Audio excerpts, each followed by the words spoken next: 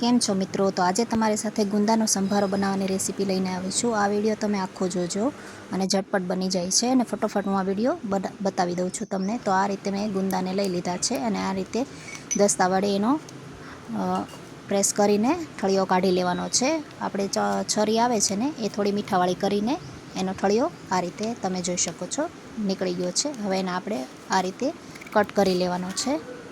તો આ રીતે તમે જોઈ શકો છો કટ કરી લીધા છે બધા। હવે એની ઉપર આપણે થોડું મીઠું નાખીને એક ડીશમાં મૂકી દેવાના છે। હવે એક કઢાઈ છે એની અંદર આપણે થોડું તેલ નાખવાનું છે। હવે એની અંદર આપણે રાઈ નાખવાની છે, જીરું નાખવાનું છે, હિંગ નાખવાની છે, મેથીના આખા દાણા આવે છે એ નાખવાના છે, પછી ગુંદા એડ કરી દેવાના, હળદર એડ કરીને સારી રીતે મિક્સ કરી લેવાનું છે।